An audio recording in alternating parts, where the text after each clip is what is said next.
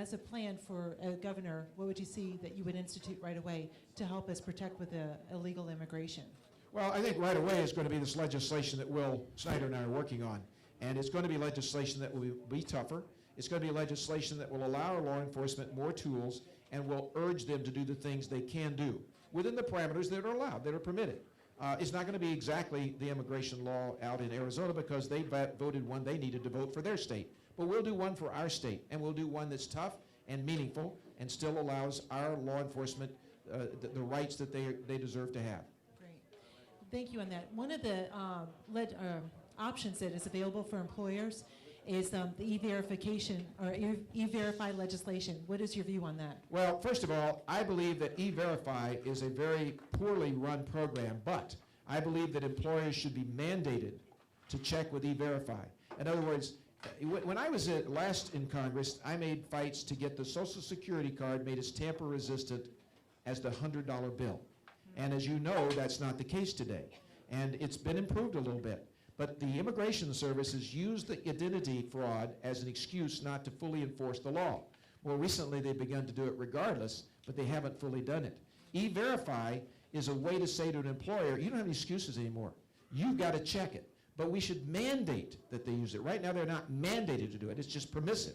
And the system needs a lot of improvement. But whatever's there, they should be required to check it, and they should be given no excuses and no holds barred for hiring illegals or not doing the kind of check that they should be doing. Now, that doesn't mean I don't favor their having an opportunity to get workers from abroad, but that ought to be a legal program. It ought to be some kind of a guest worker program where they're certified, they come here and do a job, and they leave and go home. Okay? Thank you. That's very helpful on that.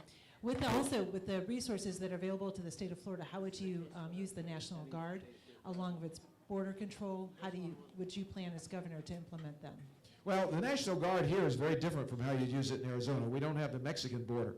What we have had and we will have in the future, and the governor of the state of Florida has judiciously used the National Guard, are lots of potential incidences. For example, right now the National Guard is helping with this oil problem. The National Guard's prepared. It's always ready for any emergency that we have. Of course, our troops are deployed. Part of their job, they're deployed overseas. I don't know how many people realize that, but we have National Guard's unit regularly rotating in and out of Afghanistan and Iraq today. But as far as our borders are concerned, the 1,200 miles of Florida coastline, if there ever is another assault on us, I would never hesitate to use the National Guard. It's very important that we do that. Great. Thank you. You're welcome. We appreciate your stand with the suit on the healthcare bill, and you addressed that in your speech to us. Timeline and effectiveness on that. Do you see that, like as far as 2 years down the road, you were mentioning that. What do you see as far as an option or a shield for the state of Florida with the healthcare bill in the meantime? Well, the good news is that a lot of this legislation doesn't fully take effect for several years. It's phased in. That doesn't mean we're not going to see higher taxes. That's one of the really bad parts about what President Obama and the team are doing in Washington.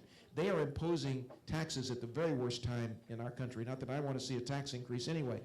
So what we can do and what we have to do is realize there's some good news in this.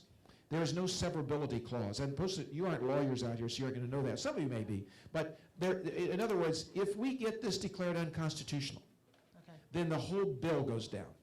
And that's going to be a lot more likely scenario in the short run. In my opinion, we're going to win that than getting the numbers we need in Congress and the President and the White House. You've got to capture all of that now. And then you remember the 60-vote rule in the Senate. The Democrats worked so hard to overcome with all their games. To reverse this, without the court reversing it for us, is going to require a supermajority in the Senate as well. So I'm very optimistic about our chances in court. And it's probably a 5-4 decision. I mean, everybody's going to agree, because there's some people who are very liberal in that court are going to say the Commerce Clause reaches down to every activity you do, but it doesn't. It just doesn't. And if there's any place to draw the line, it seems to me this is clearly it. That's fantastic. I know we cheered when you did that, within the grassroots as well. One of the things before you came here, we were talking about the strategy of the grassroots, and that our goal is that we really want to claim not just a majority in Congress, but a supermajority. And so we're just really thrilled to be able to push candidates forward like Robert Lowry running against W. Wasserman Schultz. That's a great thing to do. You ought to do that. But for that supermajority, because of that being veto-proof, and so when you're talking about the supermajority in the Senate, the same thing. So it's just being able to put that shield of protection on there. So, it's just imperative to be able to work tandem on that. You were talking about the, right now, this is an interesting year politically, obviously. Different climate than we've ever experienced. Now, one of the issues is that, coming across is it's almost like an anti-incumbent year. Right. And you being what they call, quote unquote, a career politician, you address that as far as that's concerned. But really, as far as that tool, so what, you were talking about some of the tools that you were bringing to the equation as opposed to Rick Scott.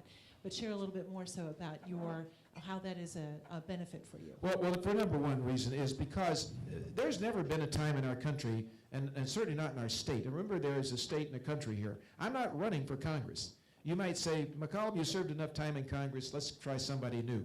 There's nothing wrong with rookies in Congress. I mean, you're talking about new blood.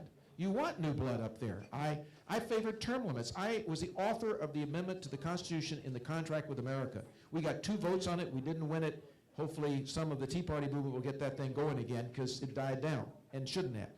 But when you come to the state of Florida and you're talking about your top executive, do you want to elect the rookie to be either the governor or the president of the United States? I don't think so. I think you also want to know who you're electing. You want to know something about that person, not just that he has a wife, that he served in the military. You want to know how he is going to respond in areas that concern integrity, questions of character, questions of decision making, and not just a few handful of issues. You want to know a track record. I got a track record. Anybody can read it. I got lots of votes. And my opponents in the general election will probably try to use them because they're the liberals, okay? So you know where I stand. You got to only take his word for where he stands.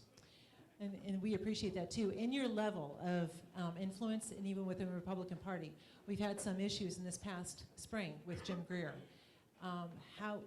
What is your perception on that as far as, like, we just feel like that has been something that's been kind of swept under the carpet and then to other authorities. What is your perception within the Republican Party, holding ourselves accountable? Well, first of all, I referred Jim Greer's case at the suggestion, but my suggestion actually of the chairman of the party to the Florida Department of Law Enforcement for investigation.